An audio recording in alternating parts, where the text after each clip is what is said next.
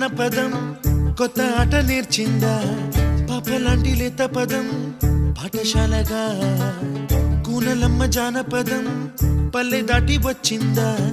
చవళిల జానతనం పాట చూపగా కుంచెలో దాగే చిత్రాలు ఎదురొచ్చేలా అంతటా